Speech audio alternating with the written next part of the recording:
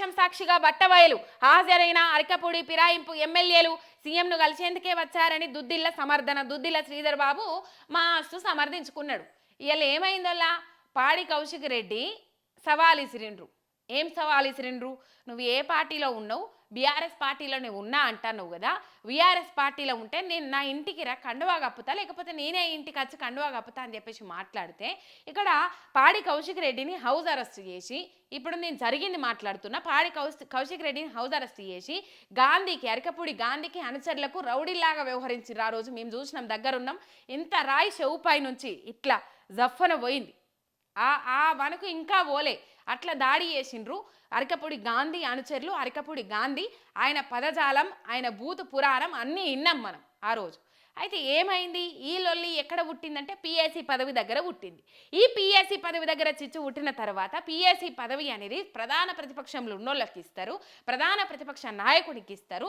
మొత్తం మీద పిఎస్సి పదవి అనేది అరకపూడి గాంధీ గట్టబట్టింది. ఎందుకంటే లెక్కలు జమ ఖర్చు అనేది ఈ పిఎస్సిలో ఉంటుంది కాబట్టి, మెయిన్ ఎక్కువ పవర్స్ ఆ పిఎస్సికే ఉంటుంది కాబట్టి ఇలా పరిస్థితి ఎటైపోయిందంటే, అట్లా అరకపూడి గాంధీకి ఎందుకు ఇస్తారు? అరకపూడి గాంధీ బీఆర్ఎస్ పార్టీని గెలిచి, బీఆర్ఎస్ బీఫామ్ మీద గెలిచి కాంగ్రెస్ పార్టీ తీర్థం పుచ్చుకున్నాడు.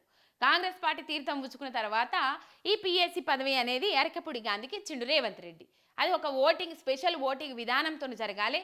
కొంతమంది ఓట్ వేయాలి, కొంతమంది ఎన్నుకోవాలి. దాన్ని బట్టి ఆ ప్రాసెస్ జరుగుతుంది. పిఎస్సి పదవి చైర్మన్ పదవి సంబంధించిన ప్రాసెస్ అట్లుంటుంది. అట్లా కాకుండా రేవంత్ రెడ్డి ఏం చేసిండు? సొంత నిర్ణయం తీసుకొని ఆయన అరకపూడి గాంధీకి పిఎస్సి పదవి చైర్మన్ బాధ్యతలు అప్పచెప్పిన తర్వాత ప్రధాన ప్రతిపక్షంగా ఉన్న బీఆర్ఎస్ కొన్ని విమర్శలు లేవనెత్తింది. అది 1956 నుంచి సాంప్రదాయంగా కొనసాగుతూ వస్తున్న పదవి. ఆ పదవిని ప్రధాన ప్రతిపక్షంగా ఉన్న వ్యక్తికే ఇస్తారు, ప్రధాన ప్రతిపక్షంలో ఉన్నోళ్ళకే ఇస్తారు, కానీ మీరేంది అట్లా చేసిందని చెప్పేసి విమర్శలు లేవనెత్తింది.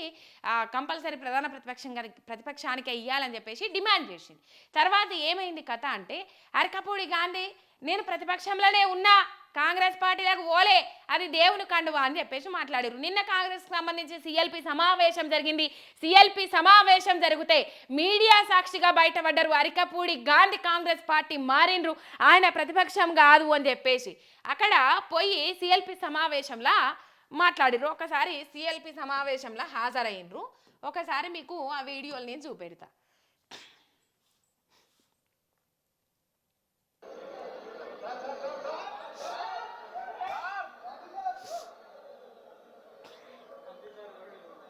రైట్, అరకపూడి గాంధీ రాజేంద్ర నగర్ ఏదో ఉంటుంది కదా, ఆయన పేరు ప్రసాద్ కూడా ఉంటుంది, వాళ్ళిద్దరు వేయిర్రు. ఇప్పుడు దీని మీద దుద్దిల్ల శ్రీధర్ బాబు ఎట్లా కవరింగ్ చేసిండ్రు అనేది మీకు నేను చూపెడతా.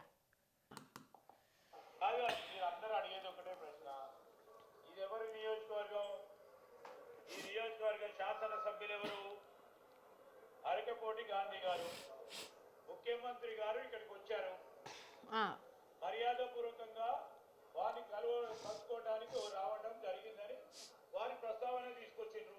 మా సిఎల్పిలో వచ్చిందని మీకు ఎవరైనా చెప్పిర్రా?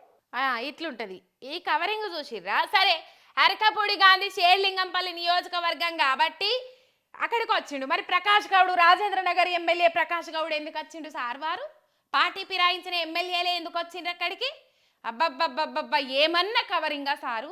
షేర్లింగంపల్లి ఎమ్మెల్యే అరకపూడి గాంధీ కాబట్టి అరకపూడి గాంధీ ముఖ్యమంత్రిని కలిసినందుకు వచ్చిందని చెప్పేసి మాట్లాడిరు, మంచిగానే ఉన్నది.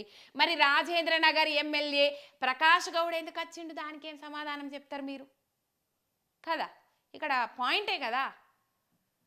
ఏమన్నా కవరింగుల అనొల్లా పిఎస్సి పదవి కాపాడుకోవడం కోసం, పిఎస్సి పదవి తనోళ్ళకే ఉండడం కోసం ఏమన్నా కవరింగులు చేస్తారా వీళ్ళు? రైట్, మొత్తం మీద ఇట్లున్నది. ఇగో సిఎల్పి సమావేశంలో అరకపూడి గాంధీ ప్రకాష్ గౌడ్ ఎందుకు పాల్గొన్నాడు? మరి ఇట్లున్నది కథ వీళ్ళది. ఏదన్నా కాంట్రవర్సీ క్రియేట్ చేయాలి, కాంట్రవర్సీ నుంచి ప్రజలను తప్పియడానికి మళ్ళీ డైవర్షన్ పాలిటిక్స్కి తెరలేపాలి. ఇదే కథ కాంగ్రెస్ సర్కార్ది, ఇంకా ఏమీ లేదనేది ఇక్కడ ఒకటి మీడియా సాక్షిగా దొరికిపోయినరు. ఇంకా మాట్లాడతారు ప్రతిపక్షంలోనే ఉన్నా అని చెప్పేసి. ఇట్లుంటుంది వీళ్ళతోని కథ.